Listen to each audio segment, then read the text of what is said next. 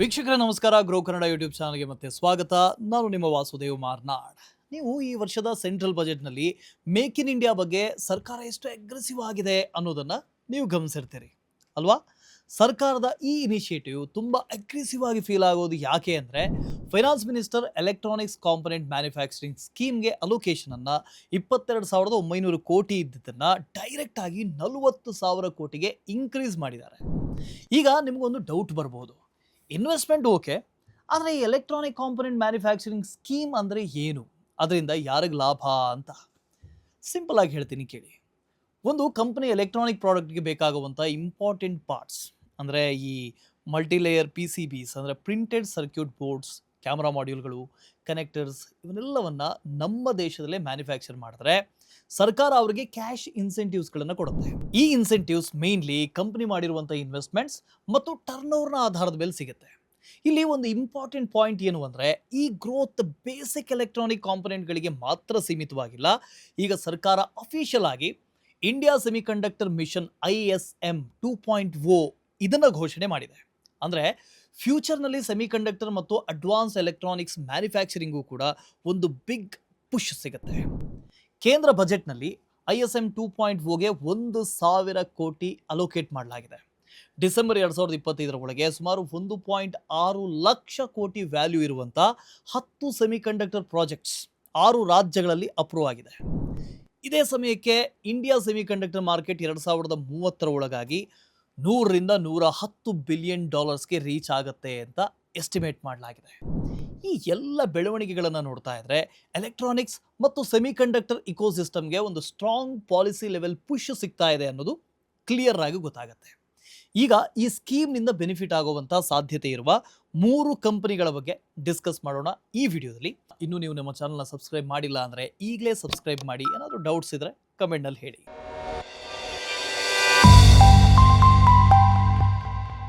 ಇವತ್ತಿನ ನಮ್ಮ first company amber enterprises. ಕಳೆದ 3 ವರ್ಷಗಳಲ್ಲಿ ಕಂಪನಿ ಸುಮಾರು 33% ಸೇಲ್ಸ್ CAGR ಮತ್ತು 30% ಪ್ರಾಫಿಟ್ CAGR ಡೆಲಿವರಿ ಮಾಡಿದೆ. ಈ ಕಂಪನಿ ಮುಖ್ಯವಾಗಿ 3 ಮೇಜರ್ ಬಿಸ್ನೆಸ್ ಸೆಗ್ಮೆಂಟ್ನಲ್ಲಿ ಕೆಲಸ ಮಾಡುತ್ತೆ. ಮೊದಲನೇದು consumer durables, electronics, railway subsystems ಮತ್ತು ಮೊಬಿಲಿಟಿ. ಕನ್ಸ್ಯೂಮರ್ ಡ್ಯೂರಬಲ್ ಸೆಗ್ಮೆಂಟ್ನಲ್ಲಿ ಕಂಪನಿ ಲೀಡಿಂಗ್ AC ಬ್ರ್ಯಾಂಡ್ಸ್ಗೆ ಇಂಪಾರ್ಟೆಂಟ್ ಆದಂಥ ಕಾಂಪೊನೆಂಟ್ಗಳನ್ನು ಸಪ್ಲೈ ಮಾಡುತ್ತೆ. ಇಲ್ಲಿ ಸುಮಾರು ಒಂದು 70% ಪಾರ್ಟ್ಸ್ ಕಂಪನಿ ತಮ್ಮದೇ ಇನ್ಹೌಸ್ ಮ್ಯಾನುಫ್ಯಾಕ್ಚರಿಂಗ್ ಫೆಸಿಲಿಟಿನಲ್ಲಿ ಪ್ರೊಡ್ಯೂಸ್ ಮಾಡ್ತಾರೆ. ಎಲೆಕ್ಟ್ರಾನಿಕ್ಸ್ ಡಿವಿಷನ್ ಡೈವರ್ಸಿಫಿಕೇಶನ್ಗೆ ಒಂದು ಒಳ್ಳೆಯ ಎಕ್ಸಾಂಪಲ್. ಈ ಸೆಗ್ಮೆಂಟ್ನಲ್ಲಿ ಕಂಪನಿ ಬೇರ್ PCBs ಅಂದರೆ ಪ್ರಿಂಟೆಡ್ ಸರ್ಕ್ಯೂಟ್ ಬೋರ್ಡ್ಸ್ ಮತ್ತು ಬಾಕ್ಸ್ ಬಿಲ್ಡ್ ಸೊಲ್ಯೂಷನ್ಸ್ ಸಪ್ಲೈ ಮಾಡುತ್ತೆ. ಸ್ಮಾರ್ಟ್ ವಾಚ್ಗಳಾಗಿರ್ಬೋದು, ಆಟೋಮೋಟಿವ್ ಆಗಿರ್ಬೋದು, ಟೆಲಿಕಾಮ್, ಏರೋಸ್ಪೇಸ್ ಮತ್ತು ಡಿಫೆನ್ಸ್ ಈ ರೀತಿಯಾದಂಥ ಹೈ ಗ್ರೋ ಸೆಕ್ಟರ್ಗಳಿಗೆ ಸಪ್ಲೈ ಮಾಡುತ್ತೆ ಕಾಂಪೊನೆಂಟ್ಗಳನ್ನು. ರೈಲ್ವೆ ಡಿವಿಷನ್ನ ಮೂಲಕ company HVAC systems, automated doors, breaking system ಈ ರೀತಿಯಾದಂಥ ಕ್ರಿಟಿಕಲ್ ಸಬ್ ಸಿಸ್ಟಮ್ ಪ್ರೊವೈಡ್ ಮಾಡುತ್ತೆ. Q3 FY26ಗೆ ರೆವಿನ್ಯೂ ಶೇರ್ ಬಂದು ಕನ್ಸ್ಯೂಮರ್ ಡ್ಯೂರಬಲ್ಸ್ದು 67% ಇತ್ತು, ಎಲೆಕ್ಟ್ರಾನಿಕ್ಸ್ದು 28%, ಅದೇ ರೈಲ್ವೇಸ್ದು 5% ಇತ್ತು. ಇಲ್ಲಿ ಒಂದು ಕ್ಲಿಯರ್ ಟ್ರೆಂಡ್ ಕಾಣಿಸ್ತಾ ಇದೆ. ಕನ್ಸ್ಯೂಮರ್ ಡ್ಯೂರಬಲ್ ಶೇರ್ ನಿಧಾನವಾಗಿ ಕಮ್ಮಿ ಆಗ್ತಾ ಇದೆ ಮತ್ತು ಎಲೆಕ್ಟ್ರಾನಿಕ್ಸ್ ಸೆಗ್ಮೆಂಟ್ನ ಕಾಂಟ್ರಿಬ್ಯೂಷನ್ ಸ್ಟಡಿಯಾಗಿ ಹೆಚ್ಚಾಗ್ತಾ ಇದೆ. ಎಲೆಕ್ಟ್ರಾನಿಕ್ಸ್ ಡಿವಿಷನ್ ಎಕ್ಸ್ಪ್ಯಾಂಡ್ ಮಾಡೋದಕ್ಕೆ ಕಂಪನಿ ಅಗ್ರೆಸಿವ್ ಆಗಿ ತುಂಬ ಅಕ್ವಿಸಿಷನ್ಗಳನ್ನು ಕೂಡ ಮಾಡ್ತಾ ಇದೆ. ಈಗ ಕಂಪನಿಗೆ ನೋಯ್ಡಾದಲ್ಲಿ 100 ಎಕರೆ ಲ್ಯಾಂಡ್ ಅಲಾಟ್ ಕೂಡ ಆಗಿದೆ. ಇದನ್ನು ಭವಿಷ್ಯದಲ್ಲಿ ಕೆಪಾಸಿಟಿ ಬಿಲ್ಡ್ ಮಾಡೋದಕ್ಕೆ, ಕೆಪಾಸಿಟಿ ಹೆಚ್ಚು ಮಾಡೋದಕ್ಕೆ ಮತ್ತು ಮ್ಯಾನುಫ್ಯಾಕ್ಚರಿಂಗ್ ಸ್ಕೇಲ್ ಅಪ್ ಮಾಡೋದಕ್ಕೆ ಯೂಸ್ ಮಾಡ್ತಾರೆ. ಈಗ ಇದರ ಟೆಕ್ನಿಕಲ್ ಚಾರ್ಟ್ಸನ್ನು ನೋಡೋಣ. 2024ರಲ್ಲಿ ಸ್ಟಾಕ್ ರೇಂಜ್ ಕನ್ಸಾಲಿಡೇಷನ್ ಫೇಸ್ನಲ್ಲಿತ್ತು.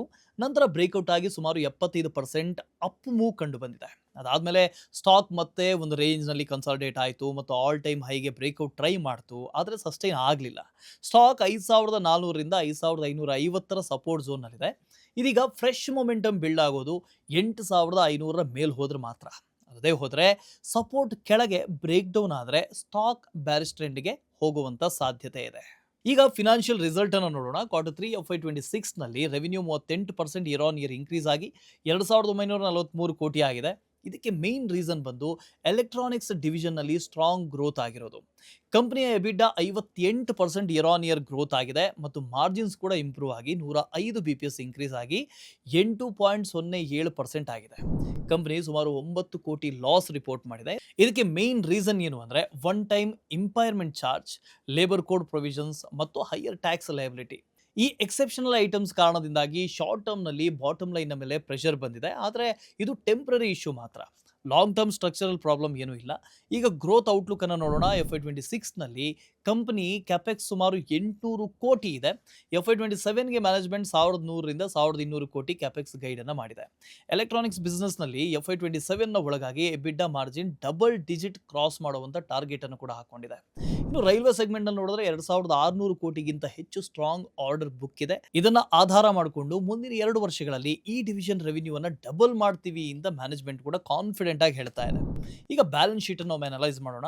ಕಂಪನಿಯ ಬಾರೋವಿಂಗ್ಸ್ ಕಳೆದ ಕೆಲವು ವರ್ಷಗಳಲ್ಲಿ ಸ್ಟಡಿಯಾಗಿ ಹೆಚ್ಚಾಗ್ತಾ ಇದೆ.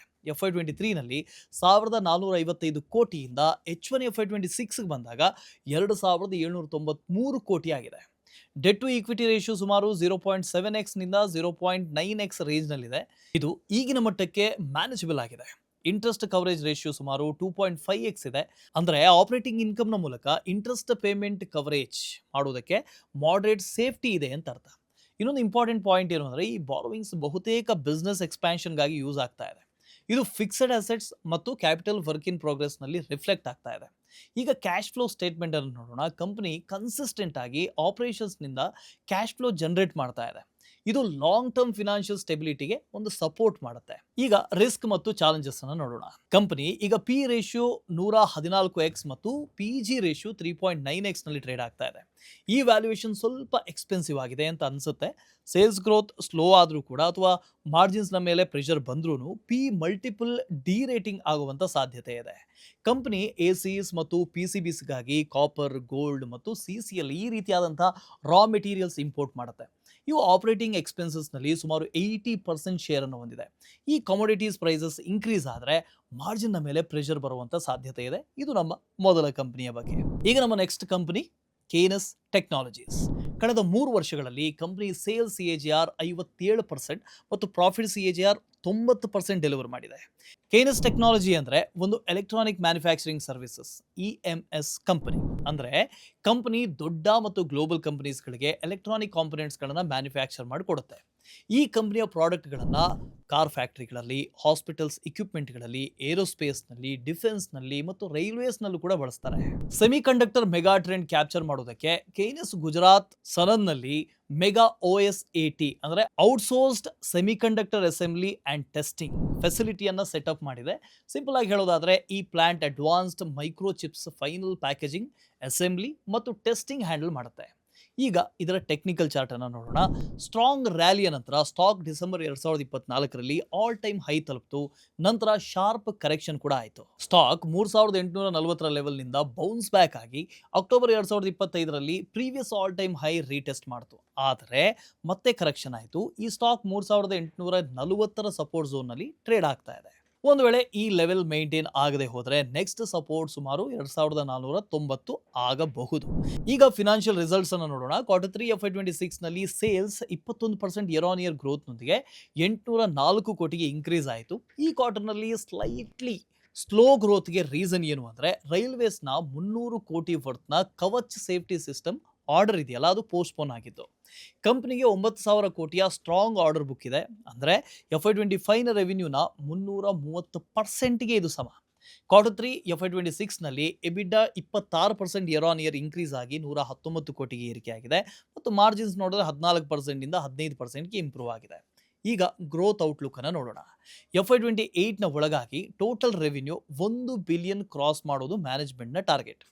ಇದರಿಂದ FY28ನವರೆಗೆ ಸೇಲ್ಸ್ CAGR ಸುಮಾರು 60% ಆಗುತ್ತೆ. ಇಂಥ ಅಗ್ರೆಸಿವ್ ಗೈಡೆನ್ಸ್ನ investors quarter on quarter closely track ಮಾಡಬೇಕು. ಕಂಪನಿ ಸೆಮಿಕಂಡಕ್ಟರ್ ಯೂನಿಟ್ಗೆ 3200 ಕೋಟಿಯ ಕ್ಯಾಪೆಕ್ಸ್ ಮತ್ತು ಪ್ರಿಂಟೆಡ್ ಸರ್ಕ್ಯೂಟ್ ಬೋರ್ಡ್ ಡಿವಿಷನ್ಗೆ 1400 ಕೋಟಿ ಕ್ಯಾಪೆಕ್ಸ್ ಗೈಡ್ ಮಾಡಿದೆ. ಇನ್ನು ಕ್ಯಾಶ್ ಫ್ಲೋ ಸ್ಟೇಟ್ಮೆಂಟ್ ಅನ್ನು ನೋಡೋದಾದ್ರೆ, ಕಳೆದ 6 ವರ್ಷಗಳಲ್ಲಿ ಕಂಪನಿಯ cumulative cash flow from operations 32 ಕೋಟಿ, ಆದರೆ ನೆಟ್ ಪ್ರಾಫಿಟ್ ಬಂದು 642 ಕೋಟಿ ಇದೆ. CFO to net profit ratio ಬಂದು 5%. ಅಂದರೆ ನೆಟ್ ಪ್ರಾಫಿಟ್ಗಿಂತ ಕ್ಯಾಶ್ ರಿಟೇನ್ ಮಾಡುವಂಥ ಸಾಮರ್ಥ್ಯ ರಿಲೇಟಿವ್ಲಿ ಲೋ ಆಗಿದೆ ಅಂತ. H1 FY26ನಲ್ಲಿ CFO ನೆಗೆಟಿವ್ ಆಗಿತ್ತು. ಮೇನ್ ರೀಸನ್ ಬಂದು ರಿಸೀವೇಬಲ್ಸ್ ಪ್ರೆಷರ್ನಿಂದಾಗಿ.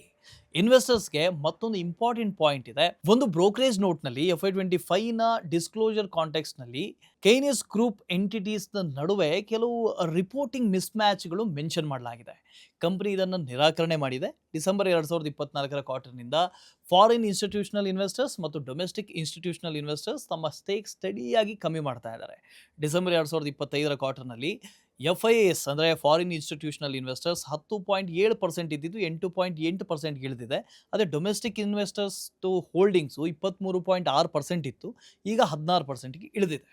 ಇನ್ವೆಸ್ಟರ್ಸ್ ಈ ಟ್ರೆಂಡ್ ಮೇಲೆ ಒಂದು ಕ್ಲೋಸ್ಲಿ ವಾಚ್ ಮಾಡುವಂಥದ್ದು ಬಹಳ ಇಂಪಾರ್ಟೆಂಟ್. ಕೈನೆಸ್ ಟೆಕ್ನಾಲಜಿ ರಿಸ್ಕ್ ಮತ್ತು ಚಾಲೆಂಜಸ್ನ ನೋಡೋಣ.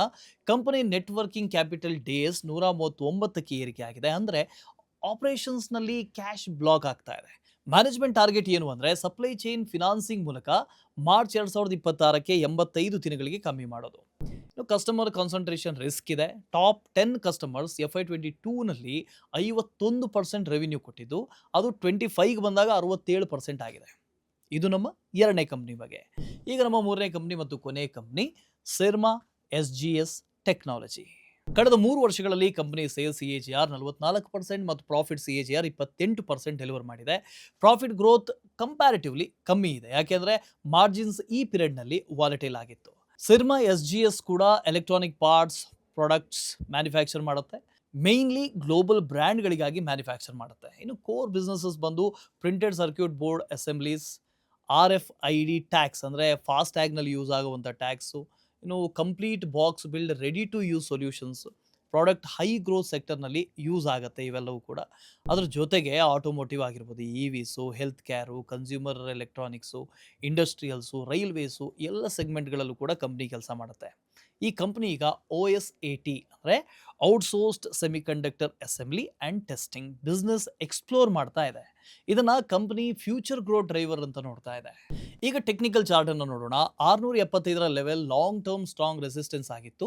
ಜುಲೈ 2025ರಲ್ಲಿ ಸ್ಟಾಕ್ ಬ್ರೇಕ್ಔಟ್ ಆಯಿತು. ಆದರೆ ಸುಮಾರು 2 ವರ್ಷಗಳ ಕನ್ಸಾಲಿಡೇಷನ್ನ ಬಳಿಕ ಸ್ಟ್ರಾಂಗ್ ಮೊಮೆಂಟಮ್ ಎಕ್ಸ್ಪೆಕ್ಟ್ ಮಾಡಲಾಗಿತ್ತು. ಆದರೂ ಕೂಡ ಸ್ಟಾಕ್ ಸಸ್ಟೈನ್ ಆಗಲಿಲ್ಲ ಮತ್ತು ಸುಮಾರು 5 ತಿಂಗಳ ಒಳಗೆ ಬ್ರೇಕ್ಔಟ್ ಝೋನ್ನ ಬಳಿ ಟ್ರೇಡ್ ಮಾಡೋದಕ್ಕೆ ಆರಂಭ ಮಾಡಿತು.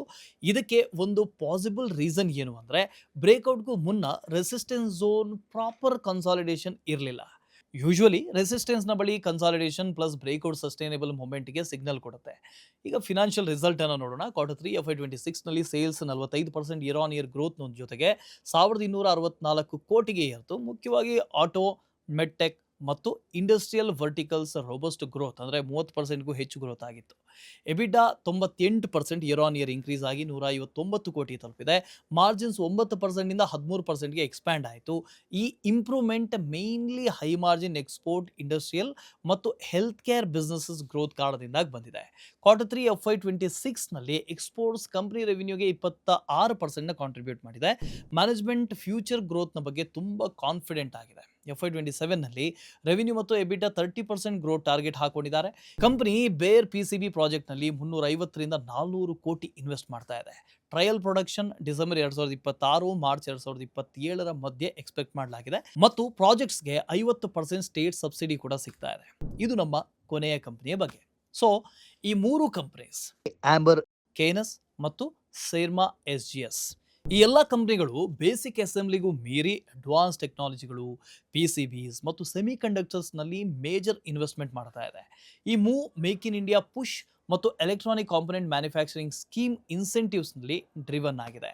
ಆದರೂ ಕೂಡ investors raw materials import dependency, ಆಪರೇಷನ್ಸ್ನಲ್ಲಿ ವರ್ಕಿಂಗ್ ಕ್ಯಾಪಿಟಲ್ ಪ್ರೆಷರ್ ಮತ್ತು ಹೊಸ ಮೆಗಾ ಪ್ಲಾಂಟ್ ಟೈಮ್ನಲ್ಲಿ ಸೆಟಪ್ ಮಾಡುವಂಥ ಎಕ್ಸಿಕ್ಯೂಷನ್ ಚಾಲೆಂಜಸ್ ಎಲ್ಲವನ್ನು ಕೂಡ ಗಮನದಲ್ಲಿ ಇಟ್ಕೋಬೇಕು. ಈ ಕಂಪನಿಗಳ ಬಿಸ್ನೆಸ್ ಮಾಡೆಲ್ಸ್ನಲ್ಲಿ ಯಾವ್ದು ನಿಮಗೆ ಹೆಚ್ಚು ಸ್ಟ್ರಾಂಗ್ ಅನ್ನಿಸ್ತು ಕಮೆಂಟ್ ಮಾಡಿ. ಇನ್ನೊಂದು ರಿಮೈಂಡರ್, ಈ ವಿಡಿಯೋ ಪ್ಯೂರ್ಲಿ ಎಜುಕೇಷನಲ್ ಪರ್ಪಸ್ಗಾಗಿ ಮಾತ್ರ.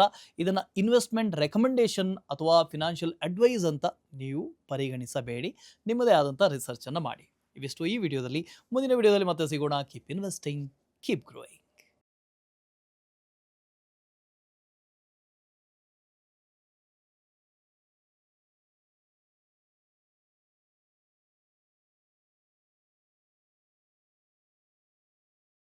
Investment in securities market are subject to market risks. Read all the related documents carefully before investing. Please read the risk disclosure documents carefully before investing in equity shares, derivatives, mutual fund, and or other instruments traded on the stock exchanges.